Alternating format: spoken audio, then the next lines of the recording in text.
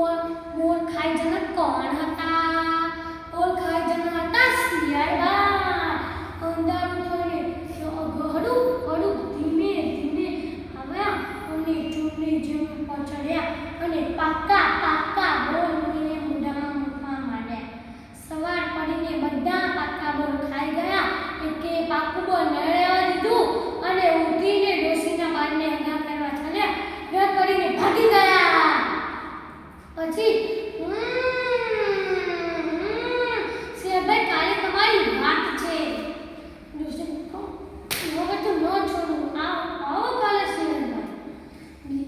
બીજી સાંજ પડીને ભાઈ બંધ મોર ખાવા આવ્યા. ખૂબ ખૂબ મોર ખાધા અને એકે પાક્કું ન રહેવા દીધું અને ઉઠીને ડોશીના બારને આગળ કરવા ચાલ્યા.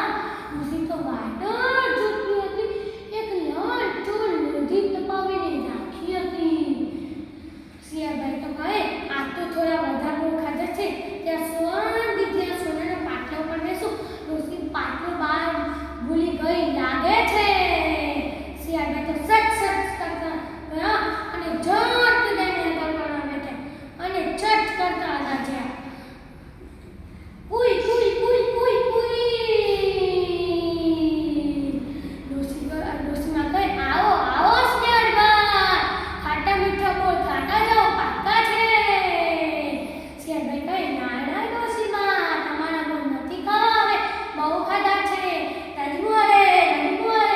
ડોશી તો ફરીથી કહેવા લાગી, આવો આવો શિયાળભાઈ, બોલ ખાટા મીઠા બોલ ખાતા જાઓ, પાક્કા છે.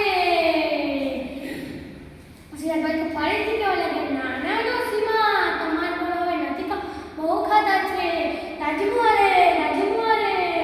આ વાતો તમને એ શીખવા મળે છે, કોઈનું ચોરી કરીને ખાવું નહીં જોઈએ, પૂછીને ખાવું જોઈએ, નહીં ખાવું જોઈએ. શિયાળભાઈ જેવી હાલત થશે